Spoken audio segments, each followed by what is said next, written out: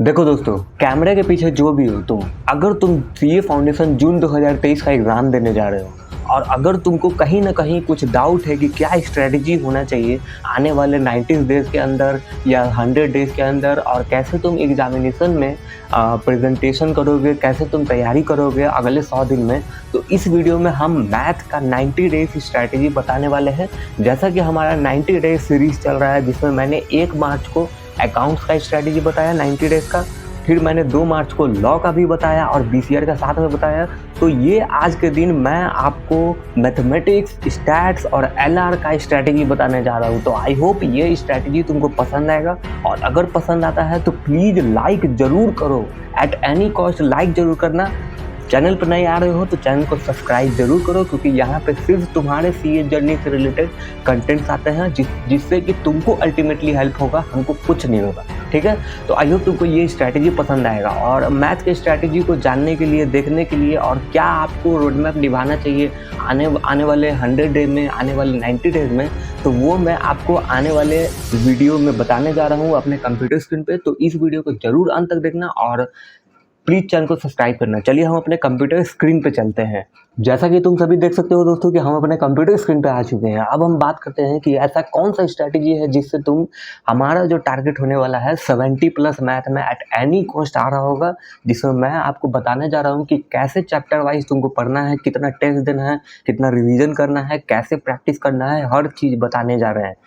और मैं कुछ इंपॉर्टेंट टॉपिक्स भी बता दूंगा चैप्टर वाइज, तो ध्यान से ज़रूर सुनना। चलो, सबसे पहले यहाँ पे देख सकते हो कि यहाँ पे हम पीपीटी ओपन कर लिए हैं जिसमें मैंने पूरा ए टू जेड चिट्ठा चिट्ठा लिख दिया है। यहाँ पे सब कुछ दिख रहा है तुमको स्क्रीन पे कि यार कैसे कैसे क्या करना है। ठीक है, तो देर न करते हुए स्टार्ट करते हैं। फिर से कहूँगा जरूर से लाइक करना, चैनल को सब्सक्राइब करना। ठीक है, और अपने जितने भी सी फाउंडेशन के मित्र मंडल है उसको शेयर कर दो यार, उसको अल्टीमेटली कुछ ना कुछ अगर हेल्प हो गया तो वो तुम्ही को दुआ देगा अल्टीमेटली। चलिए सबसे पहले बात करते हैं यहाँ पे कि देख सकते हो strategy C foundation June 2023 paper 3 business mathematics stats and LR. ठीक है, यहाँ पे हमारा स्ट्रैटेजी का टारगेट है 70 plus marks at any cost आ रहा होगा और बहुत ईजिली आ रहा होगा। देखो, सबसे पहले बात करेंगे कि मैथमेटिक्स में पहला हम लोग का, तुम सभी को पता है कि पेपर 3 3 भाग में बटा हुआ है, मैथमेटिक्स, लॉजिकल रीजनिंग और स्टैटिस्टिक्स। ठीक है, अब मैथमेटिक्स में हम लोग जानेंगे कि कौन सा ऐसा मेन चैप्टर होने वाला है जो आपको 90 प्लस या 80 प्लस, इवन तो 70 प्लस तो गारंटी लेकर जा रहा होगा। तो प्लीज़ अंत तक बने रहना। सबसे पहले चैप्टर आता है तुम्हारा मैथमेटिक्स से टाइम वैल्यू ऑफ मनी, जो कि one of the most important chapter है। इस चैप्टर को छोड़ना ही नहीं है, बिल्कुल नहीं छोड़ना है। ठीक है, अब यहाँ पे देखो मार्क्स का हम लोग वेटेज में बात करें तो यहाँ पे तुम लोग देख सकते हो कि यार रॉ में मैंने वेटेज भी डाला है, कितना टाइम लगेगा, कितना दिन देना है, कितना रिवीजन करना है, कितना टेस्ट सीरीज देना है, तो यहाँ पे सब चीज़ लिखा हुआ है। देखो, time value of money minimum 8 marks का आता है और मैक्सिमम 12 मार्क्स का आता है। अब भैया ये जो टाइम वैल्यू ऑफ मनी का जो चैप्टर है वो कितने दिन में कंप्लीट कर लेना चाहिए? तो देखिए दोस्तों, मिनिमम तुमको 3 दिन देना चाहिए और मैक्सिमम यहाँ पे हम 4 दिन बोले हैं, तो 4 दिन यहाँ पे जरूर लेना। 4 दिन में एट एनी कॉस्ट खत्म हो जाना चाहिए टाइम वैल्यू ऑफ मनी का सिलेबस, उसका बुक्स का जितना भी क्वेश्चन है उसको सॉल्व कर लेना। फिर आगे क्या हो रहा है तो यहाँ पे देखो, 4 रिवीजन करना है तुमको इस 90 दिन में टाइम वैल्यू ऑफ मनी का एट एनी कॉस्ट 4 रिवीजन जरूर कर लेना है। उसके बाद देखो यहाँ पे मैंने देखा है फ्री टेस्ट सीरीज आईसीएआई के द्वारा, आईसीएआई के पोर्टल पे तुम्हारा एक दिया जाता है एमसीक्यू, पीवाईक्यू और तुम्हारा ये तुम्हारा आरटीपी।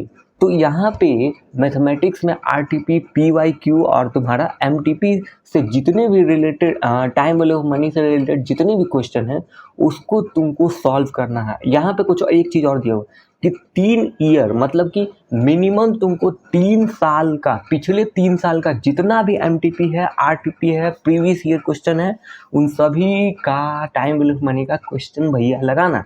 तो यहाँ पे इसलिए इम्पॉर्टेंट है क्योंकि टाइम वैल्यू ऑफ मनी को तुम इग्नोर नहीं कर सकते हो। अकेला चैप्टर 8 नंबर से लेकर 12 नंबर का उठ के आ रहा है, तो छोड़ना नहीं है। अब नेक्स्ट चैप्टर का हम लोग बात करें तो नेक्स्ट चैप्टर मोस्ट इंपॉर्टेंट है ये भी, रेशियो, प्रोपोर्शनल, लॉगरिदम और इंडाइसेस। ठीक है, देखो जो सीक्वेंस में बता रहे हैं अगर तुम फॉलो कर रहे हो तो ये वो चैप्टर है जो बड़ा इजीली तुमको मैथमेटिक्स में 40 में अप्रॉक्सीमेटली या 25 तो गारंटी दे रहा होगा, इसमें तो कोई डाउट ही नहीं होना चाहिए। ठीक है, next chapter logarithm race proportion. अब यहाँ पे वेटेज का हम लोग बात करें तो 3 और 5। सबसे पहले एक क्लैरिटी देते हैं। देखो मिनिमम तुमको at any cost ratio proportion में तुमको 3 नंबर देता है और मैक्सिमम 5 नंबर रहता है। अब कितना दिन दे, तो इस चैप्टर को मैक्सिमम तुमको 2 दिन में ख़त्म करना है, हो जाएगा, बहुत ईजी है। कितना रिवीजन करना है, तो 3 रिवीजन करना है और यहाँ पे कम से कम 2 साल का PYQ MTP RTP लगाना है रेशियो प्रपोर्शन का। नेक्स्ट चैप्टर के बारे में बात करें तो ये आता है तुम्हारा परमुटेशन एंड कॉम्बिनेशन। देखो ये वो चैप्टर है जो बहुत ज़्यादा इंपॉर्टेंट है। क्वेश्चन में तुमको एट एनी कॉस्ट इन सभी चैप्टर का क्वेश्चन दिखेगा ही और इसमें कोई डाउट नहीं होना चाहिए।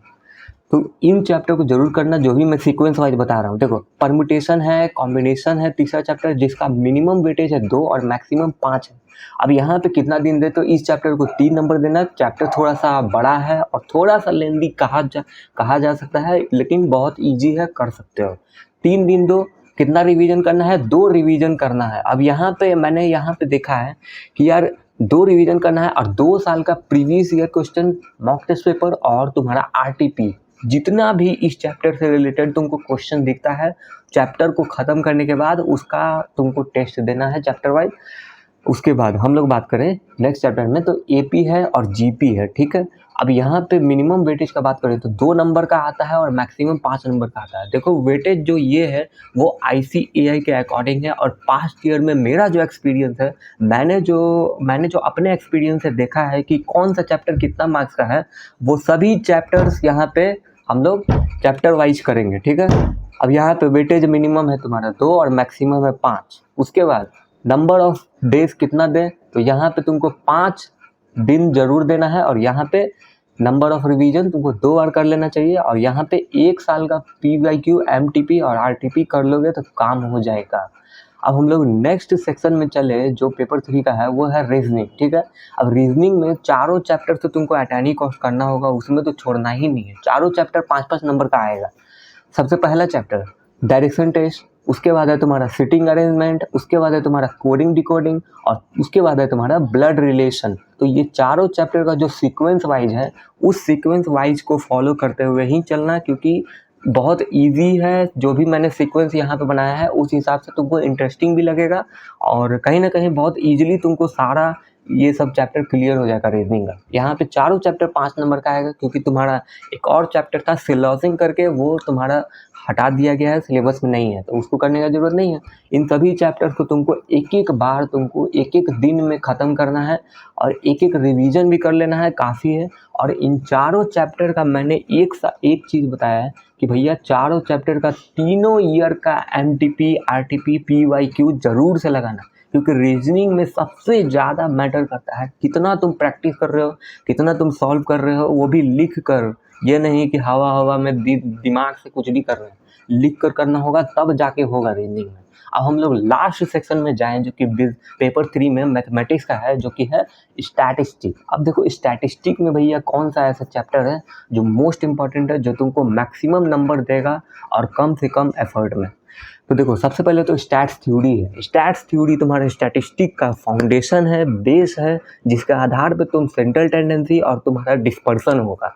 तो स्टैट्स थ्योरी को सबसे पहले एट एनी कॉस्ट हर उसका कॉन्सेप्ट तुमको क्लियर करना है। यहाँ पे तुमको देखो स्टैट्स थ्योरी में मिनिमम 4 नंबर और मैक्सिमम 6 नंबर रहता है। कोई चैलेंज नहीं कर सकता है कि ये नंबर गलत है, और अगर तुमको गलत लगे तो उसका प्रमाण भी हमको देना कमेंट सेक्शन में या इंस्टाग्राम पे बता देना। 4 से 6 नंबर है। यहाँ पे तुमको 2 दिन में ख़त्म करना है मैक्सिमम, बहुत है इतना दिन, और 2 रिवीजन भी करना है और तुमको यहाँ पे 2 साल का PYQ MTP RTP देना है, ठीक है। अब उसके बाद नेक्स्ट चैप्टर का हम लोग बात करें तो यहाँ पे मोस्ट इंपॉर्टेंट है central tendency and dispersion, one of the most important chapter. In chapter ये वो चैप्टर है जो तुमको स्टैटिस्टिक में भी 40 में 20+ एट एनी कॉस्ट दे रहा है। अब देखो मिनिमम 5 नंबर है, मैक्सिमम 8 नंबर है। अब यहाँ पे तीन दिन मैंने क्यों बोला, क्योंकि स्टैटिस्टिक में सबसे इंपॉर्टेंट चैप्टर है सेंट्रल टेंडेंसी और डिस्पर्सन। अकेले उठ के आ रहा है 8 नंबर, तो इसको तुम छोड़ नहीं सकते हो।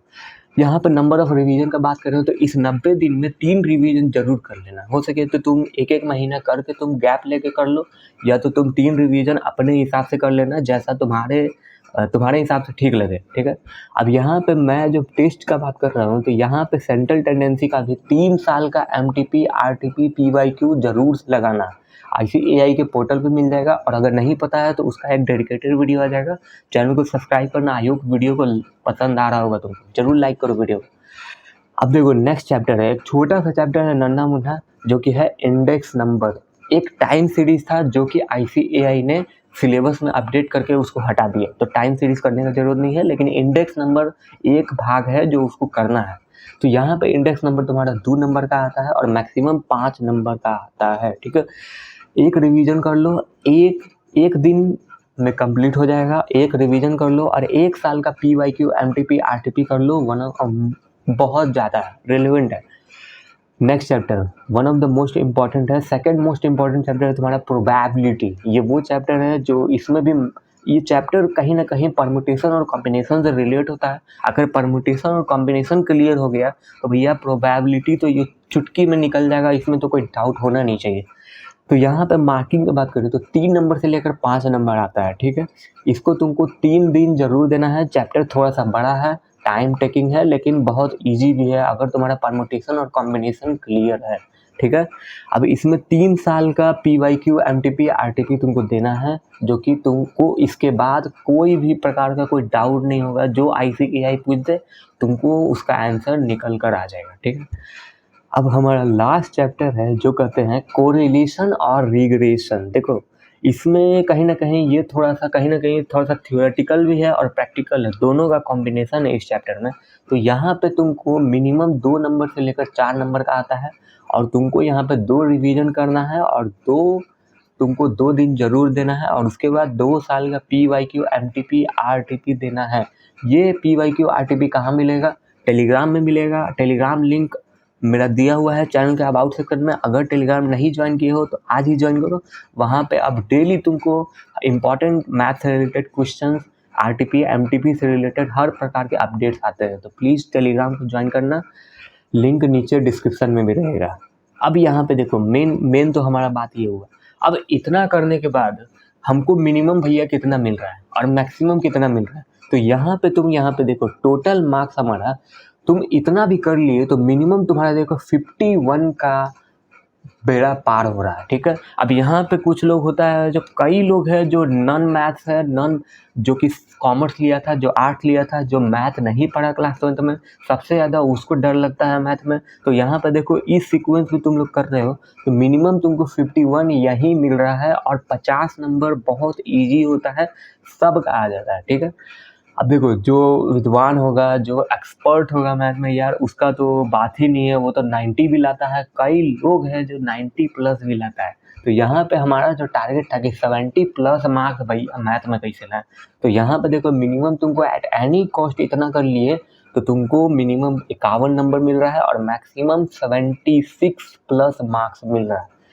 तो ये था तुम्हारा आज का हमारा 90 डेज सीरीज का पेपर 3 का स्ट्रैटेजी, कि आने वाले 90 दिन में, आने वाले 100 दिन में तुम क्या करने वाले हो। लेकिन ये जो स्ट्रैटेजी है ये तभी एप्लीकेबल होगा जब तुम मैक्सिमम तौर पे ये ट्राई करोगे कि उसको राइटिंग में प्रैक्टिस करें, क्योंकि मैथ में सबसे ज़्यादा इंपॉर्टेंट है प्रैक्टिस प्रैक्टिस प्रैक्टिस। तुम जितना ज़्यादा खींचोगे, तुम जितना ज़्यादा किसी कॉन्सेप्ट को समझोगे, वो भी लिख कर फिजिकली सॉल्व करके, तब जाके वो कॉन्सेप्ट क्लियर होगा। मैथ का एक ही सूत्र है, प्रैक्टिस प्रैक्टिस प्रैक्टिस।